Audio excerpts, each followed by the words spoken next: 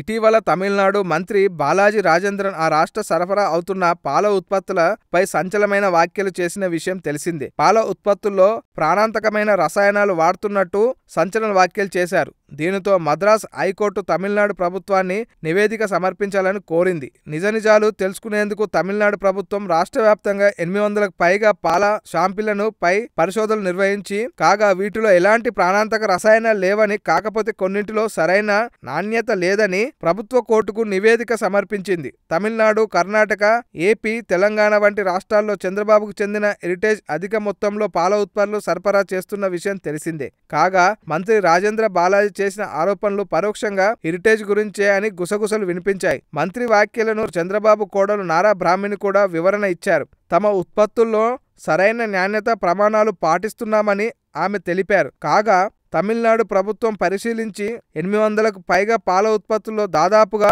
300 శాంపిల్లో సరైన నాణ్యత ప్రమాణాలు పాటించడం లేదని తేలింది. వాటిలో చంద్రబాబుకు చెందిన హెరిటేజ్ కూడా ఉన్నట్లు వార్తలు వస్తున్నాయి. కానీ ఈసారి మంత్రి రాజేంద్ర దీనిపై ఎలాంటి వ్యాఖ్యలు చేయలేదు. దీనికి కారణం కేంద్రంలో ఓ మంత్రి రాజేంద్రకు గట్టి వార్నింగ్ ఇవ్వడమేనని ప్రచారం జరుగుతుంది. చంద్రబాబు సంస్థపై ఎలాంటి నెగిటివ్ కామెంట్స్ చేయవద్దని కేంద్ర మంత్రి తమిళనాడు మంత్రికి సూచించారంట.